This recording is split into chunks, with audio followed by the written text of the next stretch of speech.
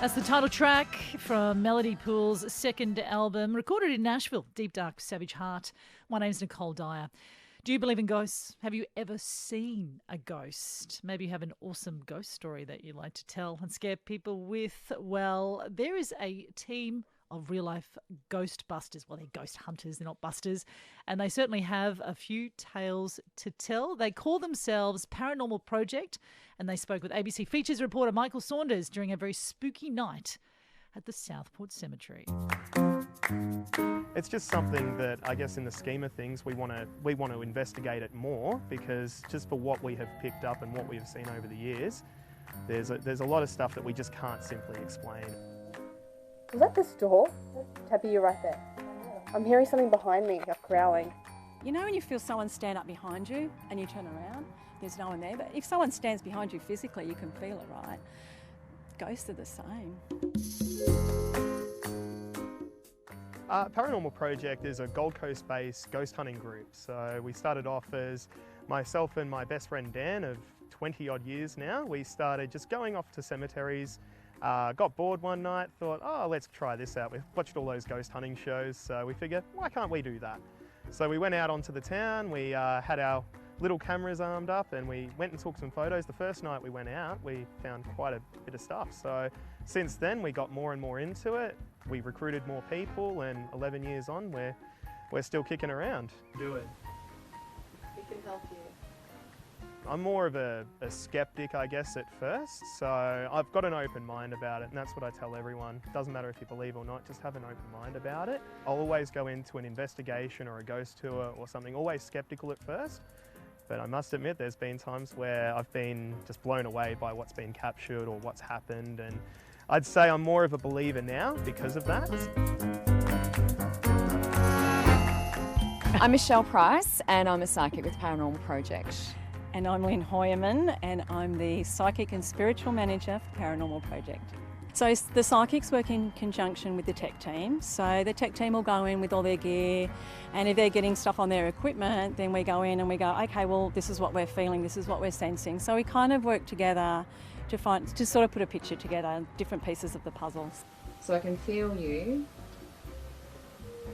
So you can see where my hand is. We kind of bounce off each other, don't we? So Yeah, we use each other as confirmation because, you know, what we do is essentially intangible. So we're picking up things that, you know, the techs are all kind of going, oh yeah, you know, we can't really see that or hear that or whatever. It's good to have each other there because we know what we can hear and sense, but it's good, you know, have also when it comes tangible across proof on of, the what equipment we're as picking well. up. Yeah. I'm Nadine Menezes. I'm the Technical Manager for Paranormal Project. It's absolutely incredible the types of devices that are being developed at the moment. Probably the main one would be our dictaphone, so an audio recorder. We use this to try to communicate with spirits, so we call it EVP, which is Electronic Voice Phenomenon. Extreme static. And I just got the chills. Oh my God, my legs. Another one is the K2 meter. This measures electromagnetic fields. This is an action camera, so these are modified to be full spectrum, so it allows us to see UV into infrared light.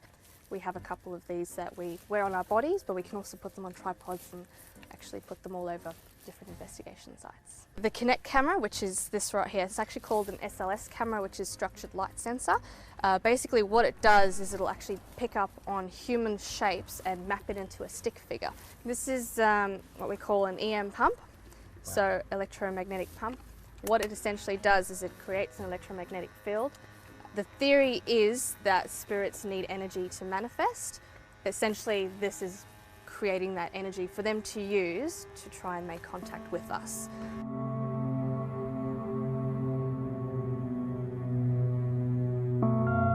The creepiest investigation I had was at a house. It was in Isle of Capri.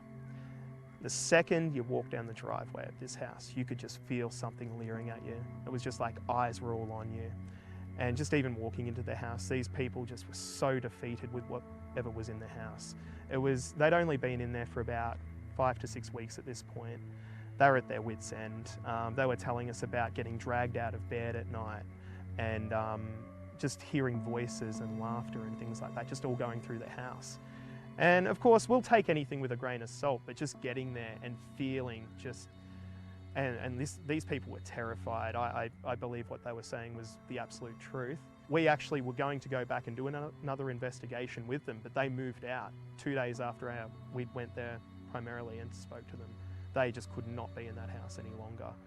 So I wouldn't say it was more something happened, it was more that feeling, that just being on edge and just knowing that something was there just looking at you. It just felt very, very ominous.